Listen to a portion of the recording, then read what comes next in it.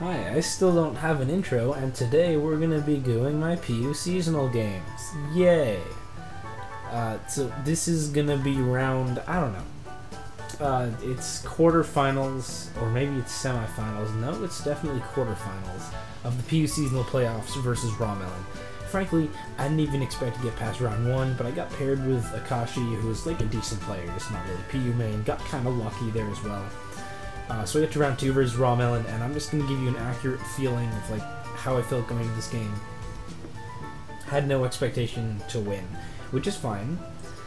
People say, you know, you play worse, but from experience with chess, I don't really think that's the case. I think I'm still going to do all the shit I can to pull out a win, but I don't expect to pull out a win. The reason is, with PU, really with all the tiers or metas or whatever, I feel like I'm a decent player. I've been getting a lot better as a player as a whole, but my building is just not good. My building just isn't good. And what I fully expected was, you know, Rawmelon's also a good player. We generally have a pretty even match. But what we're gonna see is that, like, my teams are the letdown that sort of just flips it in his favor in these games. I could have tried to steal things or work with someone else, but I thought, you know, maybe, you know, I'd just try, because I'm not really too concerned. I didn't expect to win the seasonals anyway. So I just went in with some stuff, ready to have some fun. Game 1, I don't think I have the greatest matchup. I don't. He has spikes, I have no removal, it's not cool. Crustle can easily get up at least one thingamajigger. And then after that, I don't like the offensive things he has. Murkrow with hidden power can sort of just blow through the team. Kadabra's not fun, especially with Life Orb. Simipour can be pretty threatening. And he has good ways to pressure Spadef Tangela, which is, you know, a problem. But there's very little I can do about any of that to start. So what I'm going to do to lead off is just go Zebstrika and Volt switching to Rampardos. The reason it's Rampardos is because it does absolutely shit this game. I like Rampardos a lot in this meta. Life Orb, Sheer Force Breaker with HP Grass for Quagsire, amazing, fantastic. Does completely nothing this game. So if I have to let him get the switch advantage into something, I'll just let him kill Rampardos. So he goes Monferno, I'm like, bye Rampardos, have fun. Like you, but can't do anything versus this offense. And basically what I'm going to choose is go to my own Monferno, because this is a pretty easy trade for me. If he wants to switch out, nothing to take the hit. If he wants to stay in, even if I don't win the tie, although I think this is adamant, so he might have just been Jolly. He's probably Jolly. I get to remove his Monferno. He goes Kadabra. I'm like, sure, I'll break the sash. What the hell? And somehow things are going surprisingly okay, I think. Somehow. I'm just going to go Zebstrika, not because it's really a better way to revenge kill the Kadabra than, say, like, just going Tangela, taking the hit and killing him because I'm Spadef Tangela. Or even going Scarf Grumpig, maybe, because I'm Scarf Grumpig. I probably should have mentioned that. The team is standard everything. You know, standard bulky Spadef Tangela. But it's Scarf Grumpig, which isn't going to come into play that much. But I go Zebstrika purely because I know I can overheat his own Zebstrika, and I kind of want that damage here. So I'm going to get that off. And then I think about this play for about, like, 2 minutes, and ultimately I decide I think he's going to overheat. I don't think he's going to Volt Switch. I'm going to go Grumpig.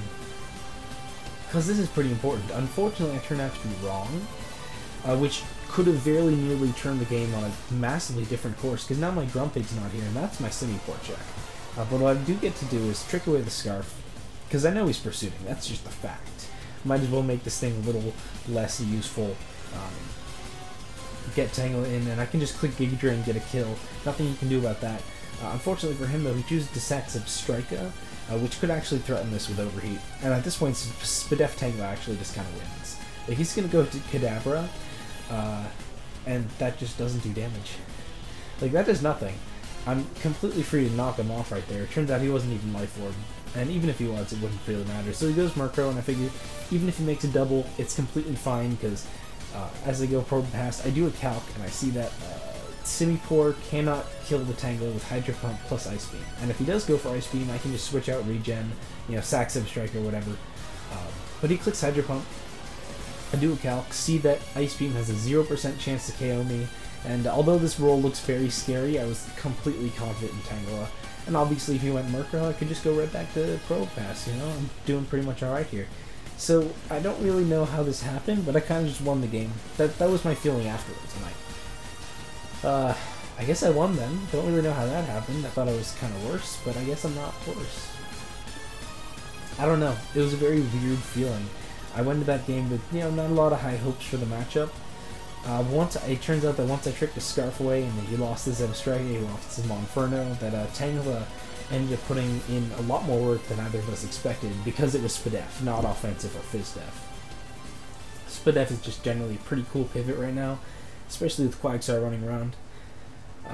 So getting into game 2, once again, what we have is just this fucking matchup is complete dicks, and I'm that's the best way to describe it. Excuse the language. He has the Quill Spikes, and Quilladin Spikes just dug you the team. Just completely. This is supposed to be Quag Balance, because I thought when it dropped immediately, like the very first, I built this like day 1 with Quag. I was like, yeah, Quag Balance, why not? Quill Spikes just.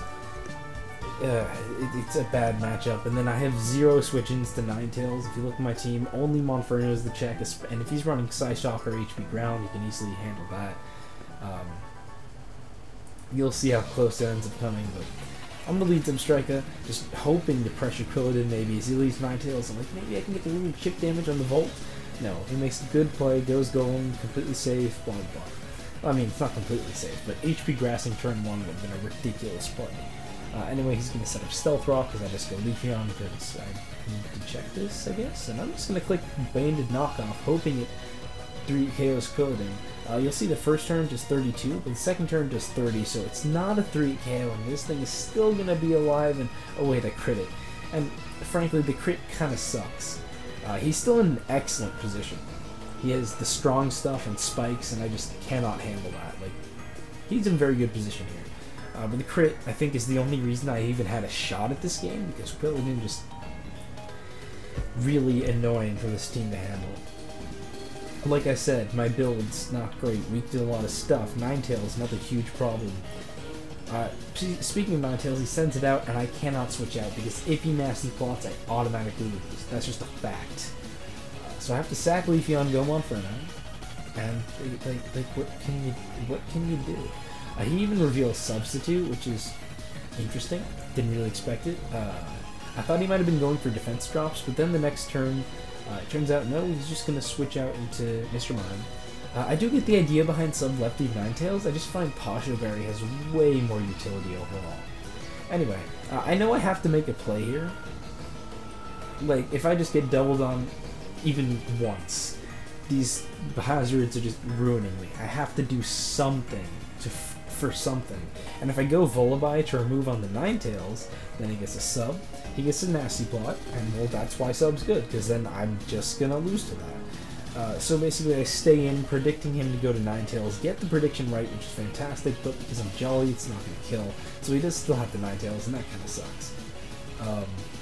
He's gonna go right back out to Mr. Mime. I was not real enough at all to Flare Blitz there. I'm just gonna mock. And unfortunately, I didn't think he would double the second time, which in hindsight, you know, I probably should have predicted it because I kind of had to. But he gets the double on the Metang. And although Metang can tank one hit, one Fire Blast, and I have to, if I want to not lose the Ninetales, I have to stay and tank the Fire Blast and kill him, which I believe is a roll in my favor. Metang was super useful, you know, checked Floatzels, checked Stoutlands, no more Metang. And here's where I make the play that probably just definitely lost the game as opposed to pretty much lost the game. I'm going to go Quagsire because I'm hoping maybe Curse can take it back from here. And actually, if you look at his team, he's lost the 2 Curse Quagsire checks, so maybe I have a shot, as long as it's not like Trick Mime or something. But what I didn't think about is he Waterfalls, I'm just going to Curse Recover. What I didn't think about is it spikes. And seeing that it spikes, why the hell? Especially in this meta with a lot of stall, why the hell would you not be running Taunt Floatzel? I don't predict the taunt, I try to recover, and that extra turn of not being able to get stuff done really is going to cost me. If I had Earthquake the Floatzel, I might have had a shot, but I didn't. And he can go immediately to Stoutland saving that, and that really hurts. I can't switch out Quagsire here, I'm just going to have to KO him and be put into range of Mr. Mime straight up revenging me. because this is Fizz Def, because the best Quagsire set is Fizz Def Curse, in my opinion. And Quagsire was my last hope at really taking back the game. I do have one more shot, which is to go Monferno. And if he stays in and gleams, I can take the hit and kill him. And from there, his Golem will win. That's just a thing that will happen. His Golem will beat me. I have HP Grass Substrika, it doesn't matter. Like, I have to get seriously lucky with dodges. And even if he just wants to supper me and then like finish me off with Floatzel, if he has like Ice Beam and Top, that'd actually be weird, never mind. Anyway, the point is, Golem beats me. And I see like the only way I could possibly win here is if he actually just switches out predicting the Flare Blitz and sacks, hopefully Golem, maybe even Floatzel. I'd have a tiny chance, although probably not. I'm just explaining why right here he gleams and I click Close Combat instead of Flare Blitz. It's because I saw that was the only possible chance I had if he tried to preserve the Mr. Mime for whatever reason. In hindsight, it might have been better to kill him with Monferno, go Zebstrike on the Golem, click HP Grass, and then hopefully, like, just pray I get a dodge with Volibye so that it can beat Floatzel 1v1. But in any case, I didn't have a shot there. Spikes put too much pressure on me, and Taunt Floatzel was the final, thing to win. Oh, I don't know why I thought it was banned. I was saying banned Golem. It's not banned Golem. Now, it didn't have to be banned Golem. In fact, Banded makes him have to hit more Stone Edges, so Banded would have been worse. I mean, better for me, worse for him. Anyway, I don't know why I was saying banned Golem, but it doesn't matter, because Golem would have just clicked Earthquake and Stone Edge alternately to win. So that's going to be Game 2. Game 3, I'm like, okay, my teams have had what I consider bad matchups twice. So I'm going to use this team Leru gave me. Leru isn't a huge PU player, but he builds stuff, and he's not a bad player in any sense. In any sense, I was just saying that because he's not like the biggest PU player or anything. And he made this team around Simisear that I thought was pretty cool, so I decided to pick it up. I did get Dundee's to pass me his stall team, but I decided based on the first 2 games, he's had very good stall matchups, and I don't want to use that. Turns out it was a good thing too, because Roselia plus Mischievous plus Bouffalant is... I mean, it's harder to beat stall any better, if I'm being completely honest. Unfortunately though, from team matchup, I can see 2 things. First of all, he has like no switching to Simisear and Poniard. That's great. Those 2 mons are really threatening. I wonder what I can do with them. Second of all, I just lose to Bouffalant. It just wins. And Mischievous is also pretty bad. Roselia is also pretty bad. Like, I can't really switch into them, but I really lose to Bouffalant because sub Sword Stance can sub on Stunfisk, Lumineon, and Clefairy, and it can check all 3 of my other attackers. Like, there's no 2 ways around this. He brought unconventional stall breakers versus a team that basically relies on facing very conventional stall breakers. I can handle the very standard stuff. I can check Leafeon, that's fine. But Bouffalant, Roselia, Mischievous, slightly less seen, slightly different, and this team can't handle it. And to make matters worse, because he's got the Mischievous, like, his team is very weak to Poniard. Poniard can put in a ton of work. In fact, Sword Stance might have just won, but although he never reveals it, I assume his Mischievous is Will-O-Wisp. It's certainly going to be faster than Poniard, and there's just no way you can there's no way you can sweep. Because no matter what I do, he'll always be able to check me with Mischievous, and that's going to be a problem. So, this game's not going to be very long at all, but basically I'm going to lead Simisear hoping for a very good early matchup, try to keep on some offensive pressure or something, because if he just plays Bouffalant well, it's over. I know that. He probably knows that. I'm going to bring in Stunfisk on the Volt Switch, try to get up some rocks, and maybe have some offensive pressure early. Go into Poniard, because I want to start knocking things off. As he spikes, and I also don't appreciate spikes. It's okay, I guess, but not great to face. He goes Golem. Ironhead actually doesn't kill him from this point, so I'm going to save Poniard. Since I did expect him to Earthquake, because otherwise that'd be pretty ballsy, he actually pulls a double into Zebstrika, which is a good play, pretty safe. If I go Luminion or if I Ironhead, he's pretty much okay. And then he's going to pull another double back into Roselia, as I just make a very basic Stunfisk play. I don't want to overpredict and lose anything, because I have to play pitch perfect to not just completely get slaughtered this game. And unfortunately, that's not what I do. Spoiler alert. I'm going to discharge once, I get a para, and now I'm going to go Pawniard. I was hoping to see a Sleep Powder, but that's not the case. He actually switches into... yeah, he switches into Golem here. Ironhead still does not kill, so I'm going to go right back to Luminion, basically just because I can, as Earthquake does a lot to me. I'm going to try to U-turn... no, I do straight Defog, because I don't like 2 spikes.